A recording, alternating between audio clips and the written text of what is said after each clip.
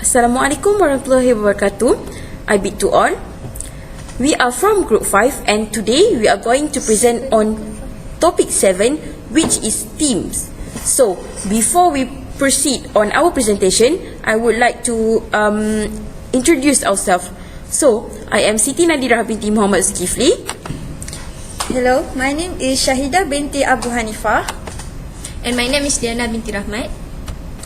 So, the first question given is, you have been given the unique opportunity to develop a greenfield site for a new production facilities. A greenfield site means that the entire operation is new, including the employees, structures and also the practice. You want to ensure that the new plant supports self-direct work teams, unlike other company facilities that mainly focus on the individual performance.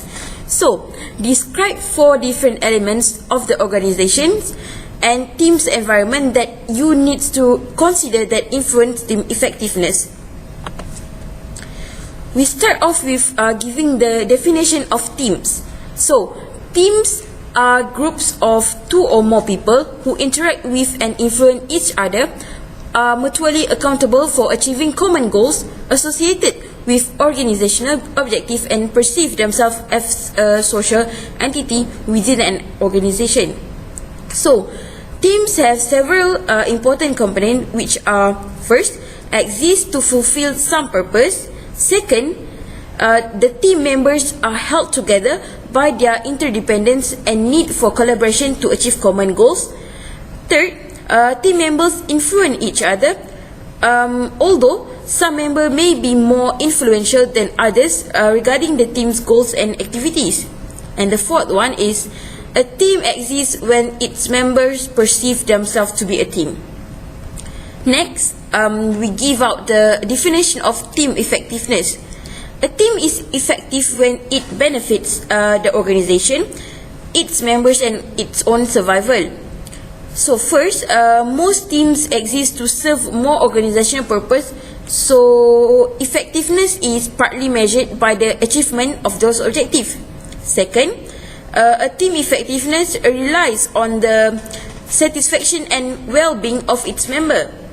People join group to fulfill their personal need, so effectiveness is partly measured by this need of fulfillment. Finally, team effectiveness includes the team viability, which it is ability to survive. It must be able to maintain the commitment of its member, particularly during turbulence of the team's development. Without this commitment, people leave and the team will fall apart. The team must also secure sufficient resource and find a benevolent environment in which to operate. Next, we're going to proceed with the second presenter. Leaders need to carefully design the team itself, including task characteristics, team size, team composition, and team roles. So, now I will explain about task characteristics and team size. Firstly, for task characteristics, teams operate better than individuals working alone on work that is sufficiently complex. It is better when tasks are clear and easy to implement. For example, such as launching a business in a new market, developing a computer operating system. Complex work requires skill and knowledge beyond the competency of one person. Teams are particularly useful when the complex work can be divided into more specialized roles, and the people in the specialized roles require frequent coordination with each other. Some evidence also suggests that teams work best with well-structured tasks because it is easier to coordinate such work among several people. One task characteristic that is particularly important for teams is task interdependence. What is task interdependence? Task interdependence means the extent to which two team members must share materials, information, or expertise in order to perform their job. Okay, the lowest level of interdependence is pool interdependence. Pool interdependence occurs when an employee or work unit shares common resources such as machinery, administrative support, or a budget with other employees or work units.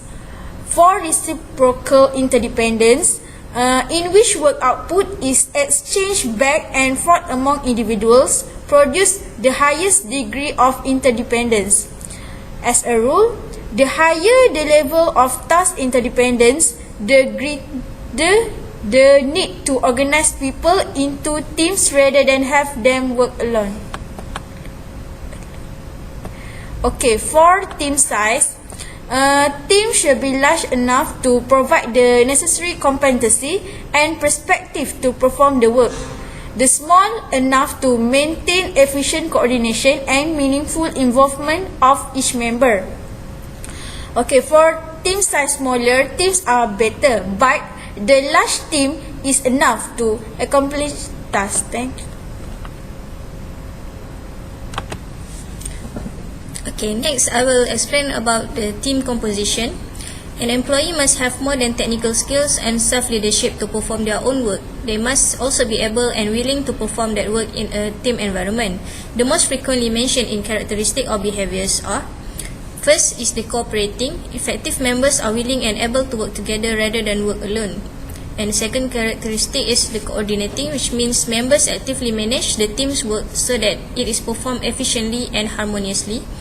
And the third characteristic is communicating, which is transmit information freely, efficiently, and respectfully.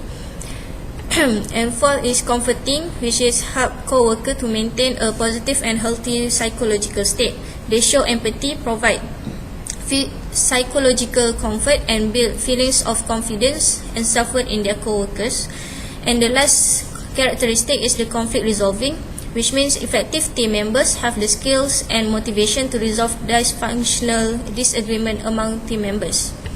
Another important dimension of team composition is team diversity, which is there are two distinct and sometimes opposing effects of diversity on team effectiveness, which make the teams to make better decisions under some circumstances for three reasons, which are: the first reason is people from different backgrounds tend to see a problem or opportunity from different angles. And the second reason is they have a broader pool of technical competency. And the last reason is they provide better representation of the team's constituents.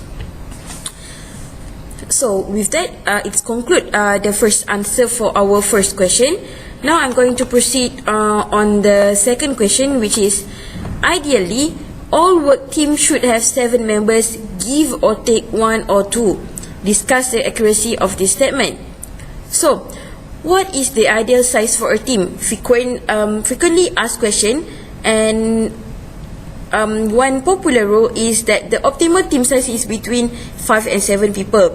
However, some observers have recently argued that the tasks are getting so complex that many teams need to have more than 100 members. Unfortunately, the former piece of advice is excessively simplistic, and the latter seems to have lost sight of the meaning and dynamics of real teams. Teams should be large enough to provide the necessary competency and perspective to perform the work, yet small enough to maintain efficient coordination and meaningful involvement of each member. So, small teams operate effectively because they have less process loss. Members of smaller teams also tend to feel more engaged because they get to know the other team members, which develop trust among them. Small teams also have more influence on the group's norms and goals and feel more responsible for the team's success and failure. In organizational behavior perspective, smaller teams are better suited to the ways in which our brain functions. In conclusion, it is an ideal ideology that a team should have 7 or less members in order to achieve common goals associated with organizational objective, and also perceive themselves as a social entity within an organization. So that's all from us. Thank you.